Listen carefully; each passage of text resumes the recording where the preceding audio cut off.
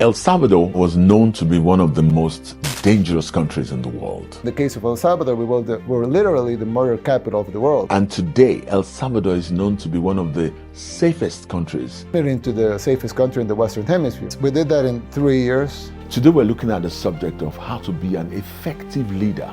And because I'm also inspired by President of El Salvador, it just amazes me how godly leadership, he was not ashamed to pray. We're looking into an impossible mission here. So we pray. I thought at the time that we would have civilian casualties. So we said, we prayed that the civilian casualties would be as low as possible. And we didn't have any civilian casualties. Wow. That is to me so wonderful. And there are times when they sought the wisdom of God through prayer, just fellowshipping God, say, God, give us your wisdom. So what I have here today is what I consider the keys for effective leadership. Number one, have a vision for the organization or the country you are leading. It worked. In a couple of weeks, the country was transformed because the gangs were not yet arrested, but they were on the run. In other words, a vision is a possible future. Have a vision for the future. Have a vision for what it is that you are involved in if you're going to be a leader in it. Have a vision for your own future, to live in health, to live in strength, to live with your needs met, to be a blessed person, and so that you can be a blessing to others. Know what it will take to get results. You cannot do anything if you don't have peace, right? And when I say peace, I include war, civil wars, invasion, crime. I mean, you need to have peace. You need to be able to move freely, to have your basic rights respected. Once you achieve peace, then you can struggle for all the other things. It's not enough to have a vision. You must know what it demands.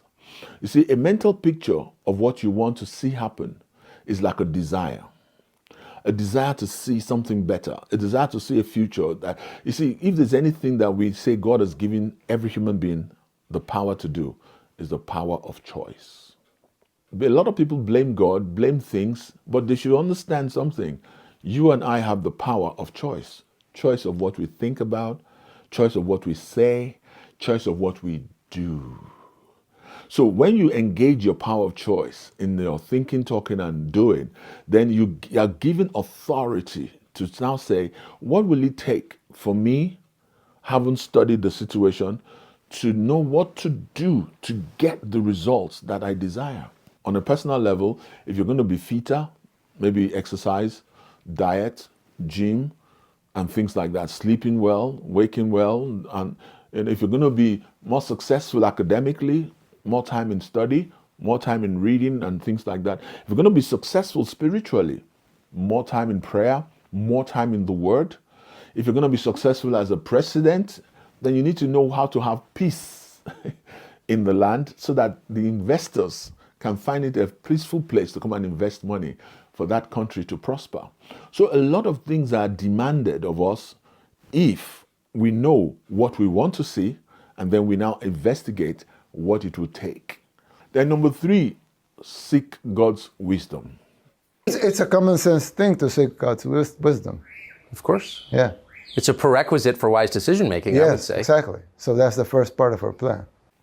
What does that mean? You see, it's one thing for me to know what needs to be done. It's another thing for me to know how to go about it. And if I'm a Christian, I should know that God's wisdom, the word wisdom simply means applied knowledge or the correct application of knowledge. So God's wisdom is for me to apply the wisdom, the knowledge that God gives me in a wise way to achieve my purpose. You see, a lot of times our lives are multidimensional. And because they're multidimensional, if care is not taken, if we don't apply wisdom, something will suffer for another thing in the name of wanting to achieve a particular result. If you look at the world today, people have achieved so many good things in their lives, but they've done it at the expense of other vital things in their lives. And that's where the wisdom of God comes in, to help you have the balance. For instance, if I want to be an athlete or a fit person, and I abandon my family, I abandon time with my wife, I abandon time with my kids just because I want to be in the gym all the time so I can be fit, something is suffering in the name of my goal to achieve fitness. Can you see what I'm saying here? So a lot of times, the spiritual is what suffers the most when people want to achieve maybe financial goals. Why? Because they think that, I don't have time for church, I don't have time to read the Bible, I don't have time to pray because I need to be doing my business so I can make more money. No, that is why I put it as number 3, seeking God's wisdom. Why do you need that? For balance. If you don't know how to seek God's wisdom for balance, then you're going to be in trouble. You're going to pursue something at the expense of another. And when you do that, even when you achieve that, the one that you have lost, if care is not taken, you may not be able to recover it. So that's where the balance is important. So that when I'm seeking God's wisdom and I ask God, I need your wisdom to handle this. I need your wisdom to do this. Lord, I perceive in my heart that we should do that. But I need your wisdom.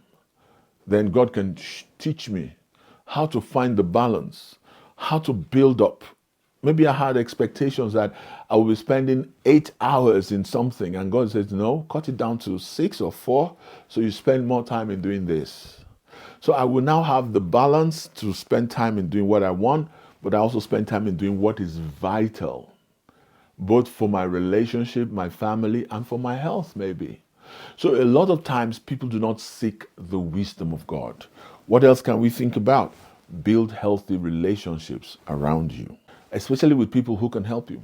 All my security cabinet are believers. They all believe in God. One thing I found about relationships and about lifestyle generally is a subject I call boundaries. For instance, I have created boundaries in my mind as to what thoughts I will permit. There are some thoughts I will just not permit. Why? Because I understand the power of thoughts. When you have thoughts and you dwell on your thoughts, they can define your reality. They can define your experience. But if a thought is negative, if you don't know how to cut it short from the beginning, it's like a thought that says you may die soon. A thought that says you'll not make it.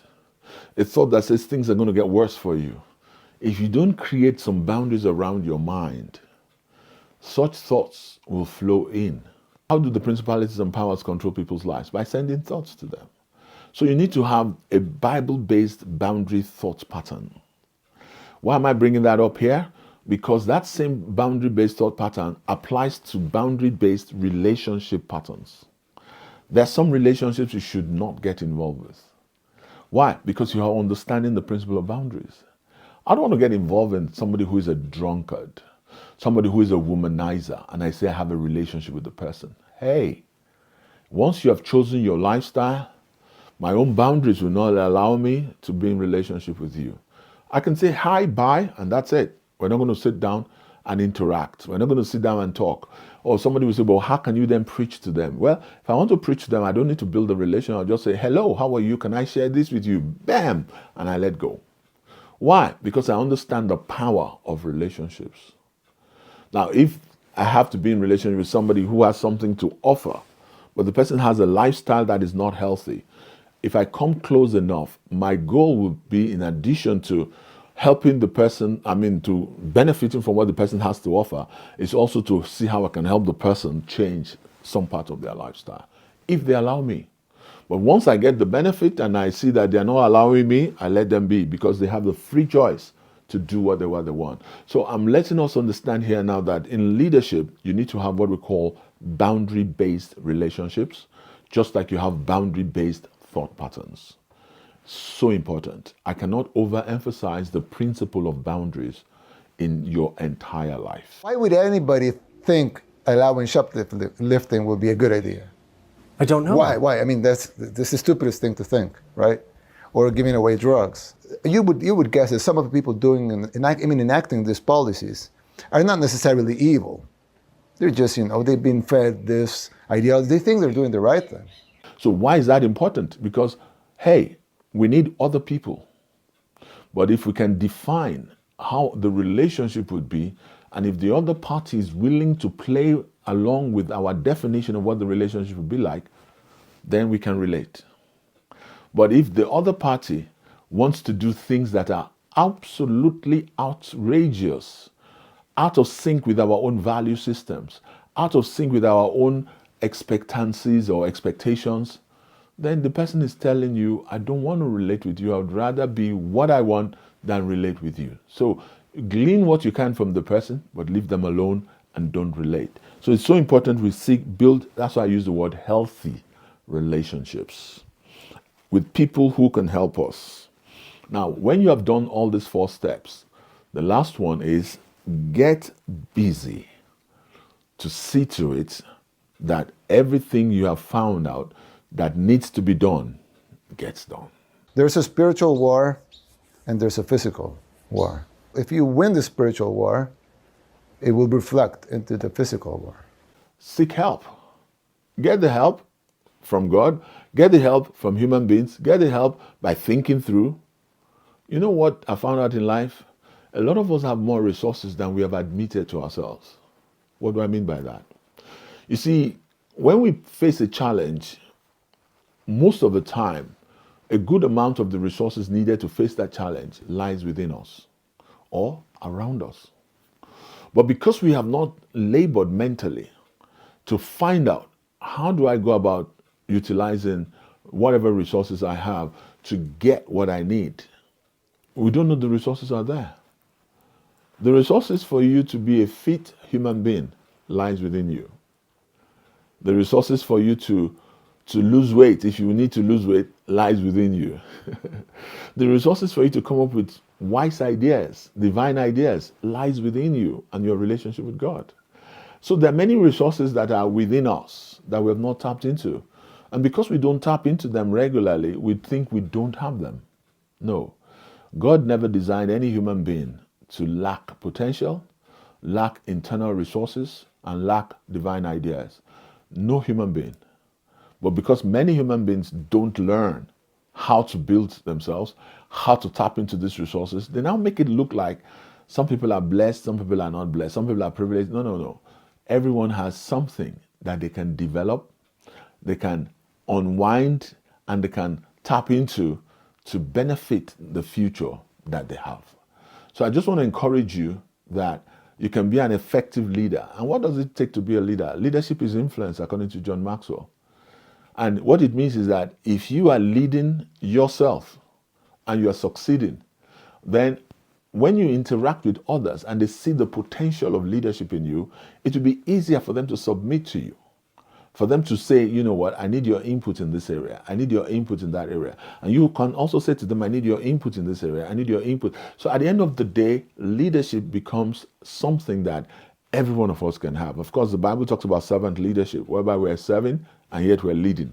I just want to say that these basic keys for effective leadership will also affect effective, successful living.